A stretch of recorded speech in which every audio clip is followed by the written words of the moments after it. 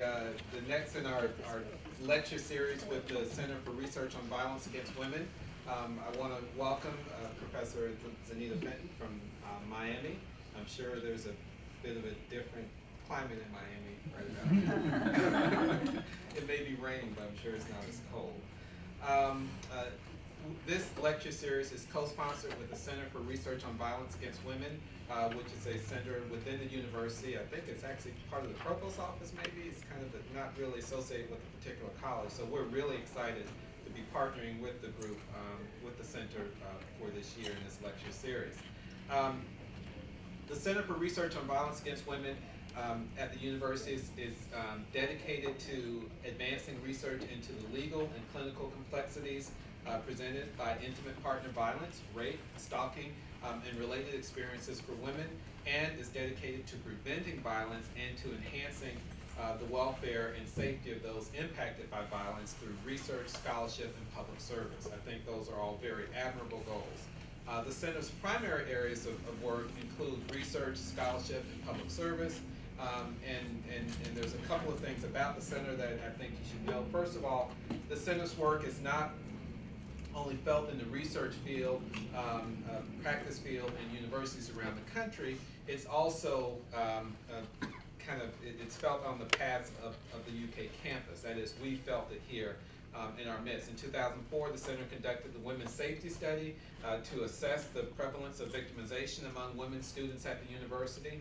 The study resulted into a kind of prompting of former President Lee Todd Jr. to allocate $1.25 million in funding for improvements in education and prevention, intervention and responses with various services, and also physical safety on campus policy and research and evaluation. So there's been some real impact of the center on the campus. The study was replicated in 2007 to evaluate whether changes needed to be made, and additional changes have been made since. In its largest public service mission to date, the center is presently working to establish the Women's Empowerment Scholarship. When fully implemented, the program will offer 4 scholarships to battered women who have been served by one of the domestic violence programs in Kentucky, founded through the permanent endowment. The endowment scholarships will cover a significant portion of the total cost of tuition for these women, as well as books and related expenses. So again,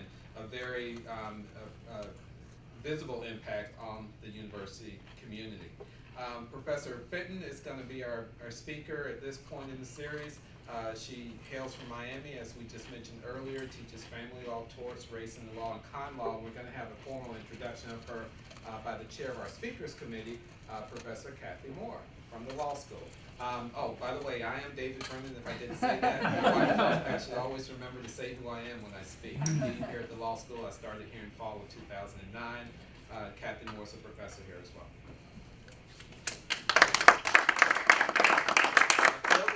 Carol Jordan, the chair of the center, director of the From center. now on, I'd like for you to introduce the center, though. That's better than I've ever done. Okay, it is my pleasure to introduce Zanita Fenton. She is a professor of law at the University of Miami School of Law. She is a graduate of Harvard Law School and Princeton, and not surprisingly, much of her research is on domestic violence, but it is by no means limited to domestic violence. Both her teaching and research interests are wide-ranging and eclectic. She teaches con law 1 and 2, family law, race and the law, and torts, as well as seminars on sex, procreation, and reproductive technology, critical race feminism, women and the law stories. She has identified her research interests as including family law, reproductive technology, procreative freedoms, gender issues and gender violence, race and racial justice, education, constitutional law, and structural inequality. And last night I had dinner with her, and it's fascinating the wide-ranging things she's working on, bringing together race relations and domestic violence and con law, and I can't tell you all the things. It's wide-ranging and fascinating. And so today she is here to talk about deciphering the economics of violence.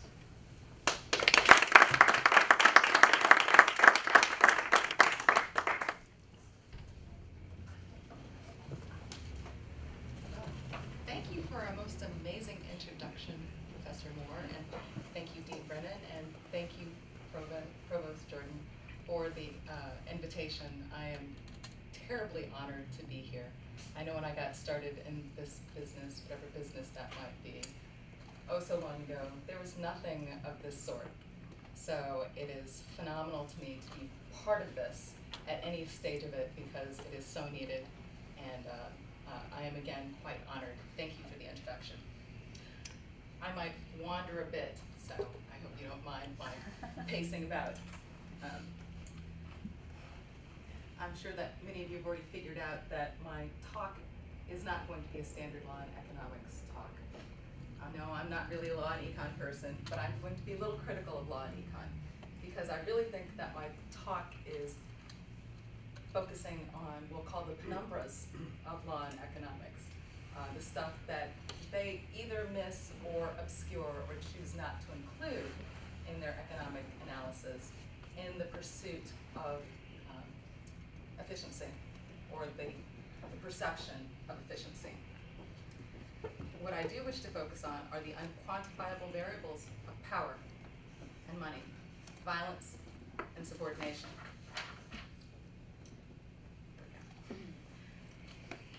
Perhaps obviously, perhaps not. Money is to power as violence is to subordination. This is the most simplistic of points from which all others emanate. In the social history of the world, economics and violence have had an integral, almost symbiotic relationship with each other. Before I turn to my next slide, I just want to mention I gave Carol the title of my talk before the next event. Topeka, which was a big splash in the news recently. Topeka repealed their law for domestic violence for economic reasons. Fascinating, troubling. When I heard about this, I was troubled and surprised for a couple of reasons.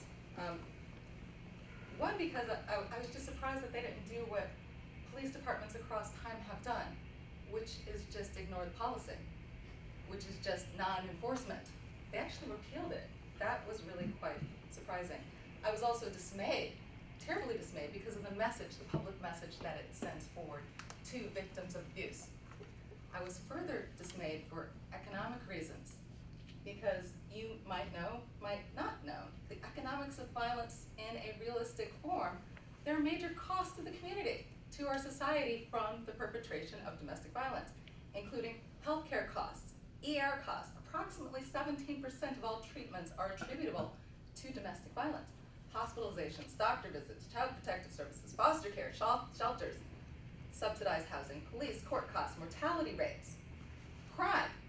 15% of all total crime costs are for domestic violence or domestic violence-related offenses. Let's just talk psychic costs. Alienation from friends, family, and the community. Work costs, missed work, late work, and lack of productivity for someone who is abused. And women who are attacked at work, which is higher than one thinks, are most often by someone that they know. Toll on children. Children who are in abusive homes are much more likely to be abused by their parent than someone who is not. And the continuing cycle of violence, that they will either be a perpetrator or a receiver of violence in their future as well. So that toll continues forward, that cost continues to us, both financially and psychically, in the nature of our society. Often when I talk about domestic violence with people who don't know much about domestic violence, they ask me, why does she stay? One of the most prevalent reasons for why she stays is lack of financial resources, economics. In addition, the greatest reason for the increase of violence is economics. Our economy is bad right now. Violence has increased. All you have to do is watch a single news report and you see that murder rates have gone up. Some of that is attributable to domestic violence. Lack of economic resources is a stressor. So people who are in impoverished communities are the places where you're going to find the greatest statistics of domestic violence. Unfortunately, with the overlap between communities in poverty and communities in color, communities of color, it's also the case that there are higher rates of domestic violence in those communities. And so it is something to take note of. And then finally, on my economic scale, is the discussion of separation violence. Separation violence when the abuser is being parted from the object of his control, gets pretty upset. And that is most often the time when she is in greatest danger. That is the value to him, value being our economic factor. And so whatever is a value to him is worth protecting through the use of violence. And so that too is something I find to be economic. Around the corner down the street, I don't know if everybody can see that. It's worth reading, hard for me to read in part because it's about the sexual abuse of a 14-year-old and then a 15-year-old in other nations. And I say other nations, they're identified in this particular quotation, but we need to think this is happening everywhere. This is happening all the way around the world. It's happening down the street. Young girls, women are being sexually exploited and abused, and we need to take stock of that. Sex tourism in international community is growing and is most often started here, right here in the United States. We are the biggest sex tourists. So it's a value to somebody, cheap sex, or the exploitation of somebody.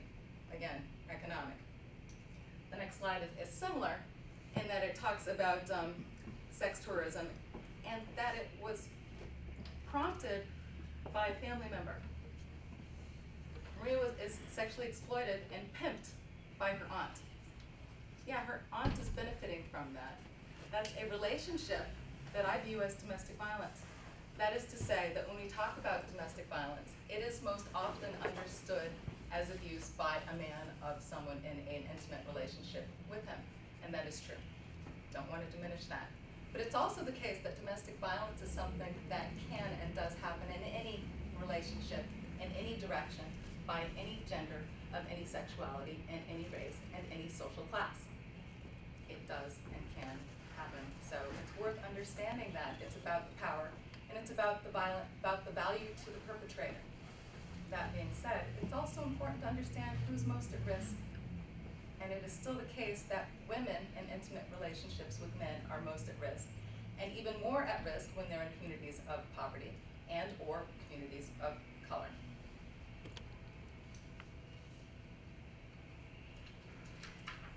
Slides are faster than my paper. One more international point that I loved when I heard about some years ago.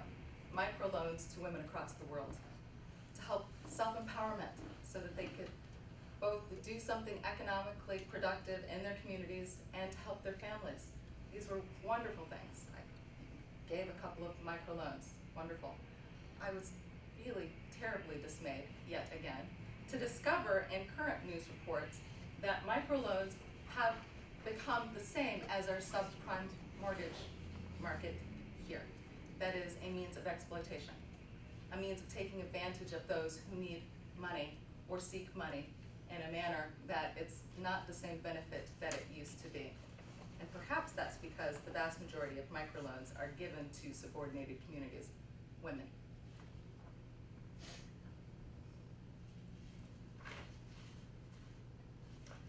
Okay. Thus far, this has really been a teaser. The primary focus of my talk is going to be on Town of Castle Rock versus Gonzales. And you'll see that my focus on property is also economically related. Beyond that, I also hope to include some themes across my discussion. One is the definitions of property. Second is the role of the state in perpetuating violence. Third, the role of the state in perpetuating hierarchies that promote that violence. Connections between these themes and between time and space are also important for our understandings, including the international considerations. And finally, and perhaps hopefully, the role of the state in ending any violence. In addressing the last two, I will be ending the discussion with the final case of Gonzales versus United States, which is a case before the Inter-American Commission on Human Rights. They published a decision just in August, and it is amazing. As some preliminaries, though I say I'm not really talking about law and economics, I'm not even really talking about economics, I'm talking about political economy. Economics, as a definition, is the social science that analyzes the production and distribution and consumption of goods and services. Political economy are the social conditions that enable such production of goods and services. I am talking about the political economy of the exploitation of women. And so we need to be more specific about what we mean. Labor and labor encapsulate what that means for women exploited across the world and in our own backyard in ways that will become more clear as I continue talking, I hope. First is modes of production. Obviously, women do work just like men do. Sometimes work that men don't do, menial labor, housewife work, is often undervalued, not valued, not attributed a monetary value, but we use that labor. Labor also in the sense of reproductive capacity. There's a value to someone, perhaps to lots of people, in the production of children. And they become human capital to that family and sometimes even to the person who wants the progeny. In agrarian societies, it's important to have lots of kids so they can go work the fields, right? So there's a reason for that. It's also sexual services that we're talking about. So the production of children using that reproductive capacity, but also sexual services, which in and of itself, as I'm sure we all understand, has value. There's pleasure, there's pleasurable value in that. But it's also a mode of exploitation and domination. And so labor and labor, work and production of children, are what are at the core of the political economy of the exploitation of women across the world. It's important for us to remember, from an activist perspective, which I always try to work from, is that we need to consider the right to work, free from discrimination, access to education, meaningful political participation, dignity and equity in reproductive choice and health, and finally, and perhaps most importantly, because it connects all of them together, is freedom from violence. Leaving from the slide on labor and labor, I want to end by talking about property and property, because that's at the core of what I'm going to discuss with Castle Rock. Property, characterization as property, as well as access to property. Perhaps two sides of the same coin, not entirely sure. So talking about town of Castle Rock. When Castle Rock came down, its 2005 decision, it didn't get a whole lot of splash. And I'll even admit that I wasn't paying a whole lot of attention, a little bit of attention. I thought to myself, oh, it's just another DeShaney clone. It was not. DeShaney was controversial when it came down. Castle Rock should have been much more controversial, which I